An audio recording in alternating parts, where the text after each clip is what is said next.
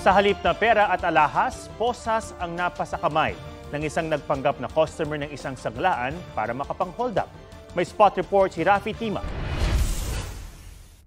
Suot ang uniforme ng isang intern na pulis at pulis bullcap. Pumasok ang suspect na kinilalang si Ranel Alandone Hiramo sa isang sanglaan sa Paso de Blas, Valenzuela alas 2 ng hapon. Nagpanggap siya bilang customer. Kumuha pa nga siya ng slip.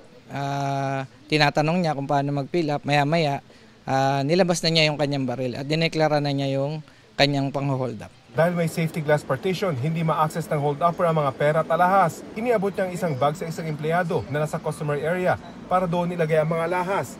Ang delay na ito, naging pagkakataon para makatawag sa pulis sa mga tauhan ng pawn shop. Agad po nagresponde ang ating mga kapulisan, lalo po may nakadeploy tayong pulis malapit sa area. Kaya within 15 minutes po, nahuli po yung nang-hold up. Ang insidente, posible raw lumala kung hindi mabilis nakaresponde ang mga pulis. May 2 minor de edad na customer daw kasi nang mangyari ang pang-hold up. Base sa statement ng supervisor, hinold talaga yung dalawa. Mauuwi sa assessment ko lang, mauuwi sa hostage taking.